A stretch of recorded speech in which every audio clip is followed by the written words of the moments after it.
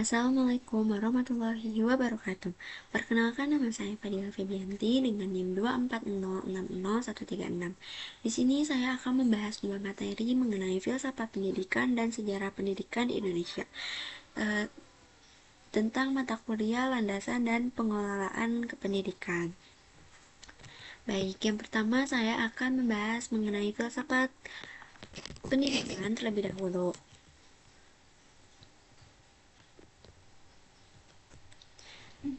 Nah, jadi filsafat pendidikan dapat diartikan sebagai cara berpikir secara mendalam mengenai pendidikan. Di dalamnya dibahas mengapa pendidikan diperlukan, bagaimana pendidikan seharusnya dilaksanakan, dan tujuan apa yang ingin dicapai. Filsafat pendidikan menjadi dasar dalam menentukan metode pembelajaran, hubungan antara guru dan siswa, serta nilai-nilai yang ingin ditanamkan. Jadi, pendidikan tidak hanya sekedar menyampaikan materi, tetapi juga memiliki arah dan tujuan yang jelas.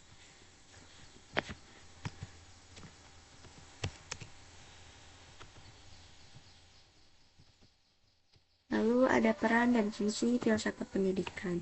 Yang pertama, menjadi dasar dalam penyusunan sistem pendidikan. Nah, jadi memberikan arah bagi proses pendidikan agar memiliki tujuan yang jelas. Kedua, menjadi pendidikan berpikir secara logis dan kritis, yaitu membantu guru berpikir lebih kritis dalam menentukan metode pembelajaran. Ketiga, menjadi acuan saat menentukan kebijakan pembelajaran, yaitu menjadi pedoman dalam mengambil keputusan saat proses belajar mengajar berlangsung. Yang terakhir, mencegah proses mengajar dilakukan tanpa tujuan yang jelas, yaitu mencegah pembelajaran dilakukan tanpa perencanaan atau secara asal-asalan. Nah, contohnya, seorang guru memilih metode diskusi karena menganggap siswa akan lebih aktif dan mudah memahami materi melalui interaksi langsung. Lalu, dalam filsafat pendidikan, terdapat beberapa aliran yang memiliki pandangan berbeda mengenai pendidikan. Aliran-aliran tersebut antara lain idealisme, realisme, pragmatisme, esensialisme, dan progresivisme. Setiap aliran memiliki fokus yang berbeda. Ada yang lebih menekankan teori, ada yang fokus pada pengalaman, dan ada juga yang lebih memperhatikan kebutuhan siswa.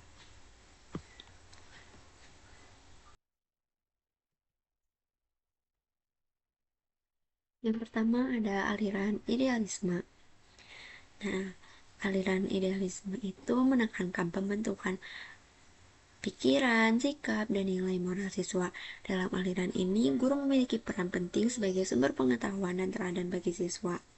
Contohnya, dalam pembelajaran anak SD, guru mengajarkan nilai kejujuran melalui cerita atau dongeng tentang perilaku baik dan buruk. Nah, misalnya, guru menceritakan kisah anak yang berkata jujur kepada orang tuanya. Dari cerita tersebut, siswa diajak memahami pentingnya bersikap jujur. Namun, jika pembelajaran terlalu banyak berupa hafalan tanpa praktik, siswa mungkin memahami nilai kejujuran tetapi belum tentu menerapkannya dalam kehidupan sehari-hari. Lalu yang kedua ada aliran realisme. Nah, aliran realisme itu menekankan pembelajaran berdasarkan fakta dan pengalaman nyata. Berbasis fakta dan kenyataan, menekankan pengalaman langsung, lalu pembelajaran dilakukan secara konkret. Contohnya, pada pembelajaran IPA di SD, guru mengajak siswa mengamati pertumbuhan tanaman. Nah, lalu siswa diminta menanam kacang hijau, menyiramnya setiap hari, lalu mencatat perubahan yang terjadi. Dengan cara ini, siswa belajar langsung dari pengalaman nyata, sehingga lebih mudah memahami materi dibandingkan hanya membaca buku. Yang ketiga ada aliran pragmatisme. Aliran pragmatisme yaitu menekankan belajar melalui pengalaman atau praktik langsung. Nah, contohnya dalam pembelajaran matematika, guru membuat kegiatan jual beli sederhana di dalam kelas. Nah, Jadi siswa berperan sebagai penjual dan pembeli menggunakan uang mainan. Melalui kegiatan tersebut, siswa belajar menghitung uang, melakukan perjumlahan, dan pengurangan secara langsung, sehingga pembelajaran terasa lebih menyenangkan.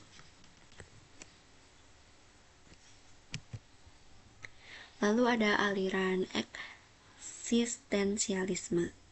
Nah, aliran eksistensialisme itu berfokus pada kebebasan siswa untuk mengembangkan potensi dirinya. Jadi, contohnya, guru memberikan kebebasan kepada siswa untuk memilih tema gambar saat pembelajaran seni budaya misalnya. Nah, ada yang memilih menggambar pemandangan, hewan, rumah, atau anggota keluarganya. Dengan cara tersebut, siswa dapat mengekspresikan ide dan minatnya sendiri sehingga mereka lebih percaya diri. Lalu ada aliran esensialisme. Aliran esensialisme menekankan kemampuan dasar yang wajib dikuasai siswa. Contohnya pada anak SD, guru fokus melatih kemampuan membaca, menulis, dan berhitung. Nah, cara ini membantu siswa memiliki dasar kemampuan yang kuat. Tetapi, jika terlalu banyak latihan, terkadang siswa juga merasa bosan. Lalu ada aliran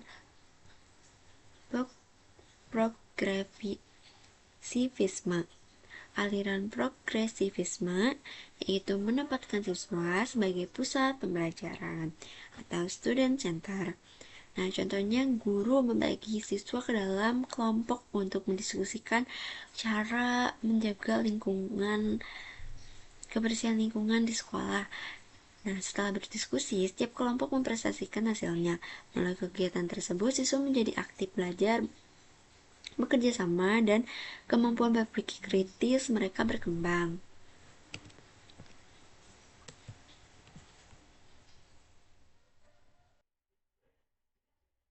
Jadi, kesimpulan pada filsafat pendidikan merupakan dasar penting dalam dunia pendidikan.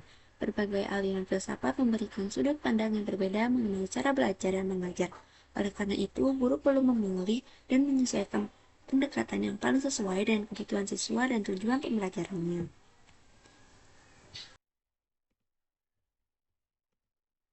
Lalu kita akan membahas materi kedua, yaitu sejarah pendidikan Indonesia.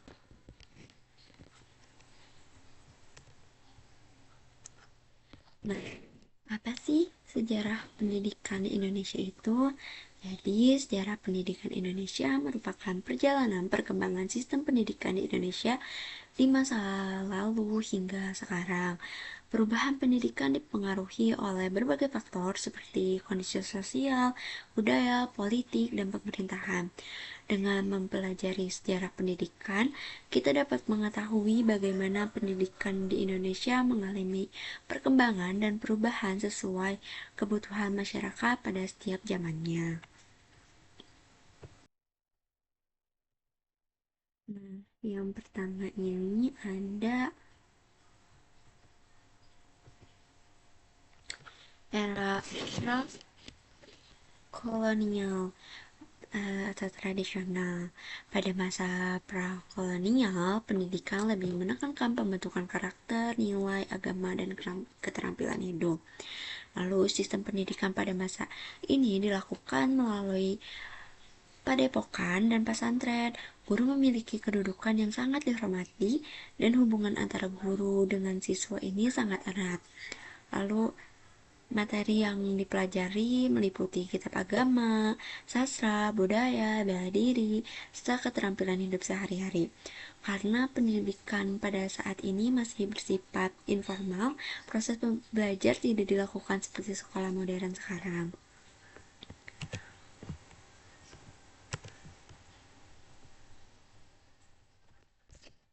Lalu yang kedua ada era kolonial Belanda. Pada masa penjajahan Belanda, pendidikan lebih ditunjukkan untuk memenuhi kebutuhan pemerintahan kolonial. Sekolah pada masa itu dibedakan berdasarkan status sosial masyarakat. Contohnya ada S, LS, Molu, AMS, dan Stovia. Lalu bahasa Belanda digunakan sebagai bahasa pengantar dan sistem pendidikannya mengadopsi pendidikan barat. Namun, pendidikan pada masa ini belum dapat diakses oleh semua masyarakat karena lebih banyak diberikan kepada golongan tertentu seperti kaum bangsawan.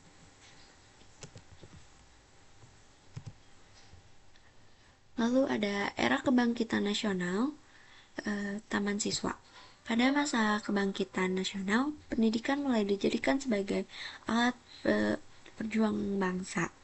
Salah satu tokoh penting pada masa ini adalah Ki Hajar Dewantara yang mendirikan Taman Siswa.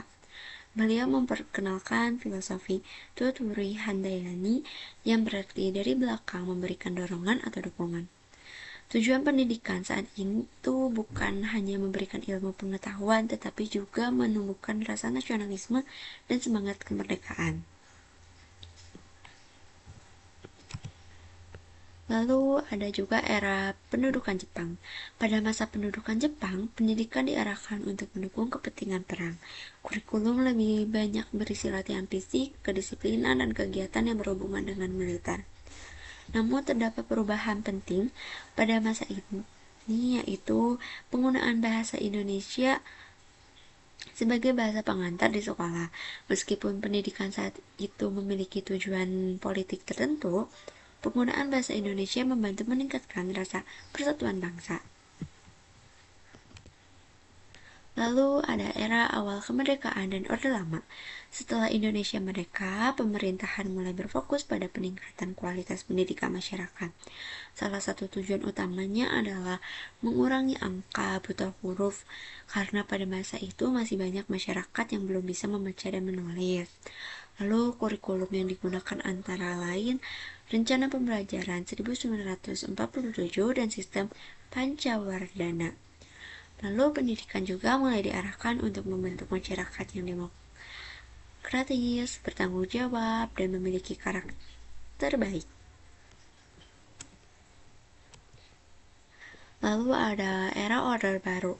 Pada masa Orde Baru, pendidikan difokuskan pada pembangunan nasional dan pemerataan pendidikan.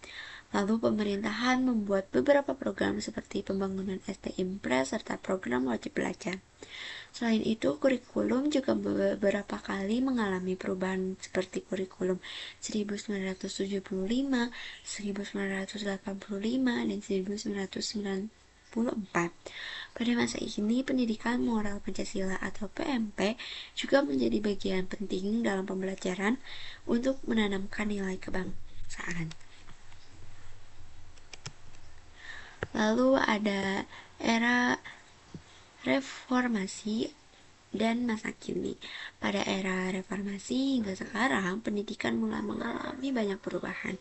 Pendidikan menjadi lebih terbuka dan berpusat pada siswa. Kurikulum juga terus berkembang mulai dari KBK, KTSP, kurikulum 2013 hingga kurikulum Merdeka. Saat ini pendidikan juga memanfaatkan teknologi digital dan bertujuan membentuk profil pelajar Pancasila yang memiliki karakter, kreativitas, dan kemampuan berpikir kritis. Sebagai kesimpulannya, sejarah pendidikan Indonesia menunjukkan bahwa sistem pendidikan selalu berkembang mengikuti perubahan zaman. Setiap periode memiliki tujuan dan kebijakan yang berbeda. Namun, semua bertujuan meningkatkan kualitas pendidikan agar sesuai dengan kebutuhan masyarakat. Nah, jadi filsafat pendidikan dan sejarah pendidikan di Indonesia itu saling berkaitan karena filsafat pendidikan menjadi dasar pemikiran dalam menentukan tujuan dan proses pendidikan.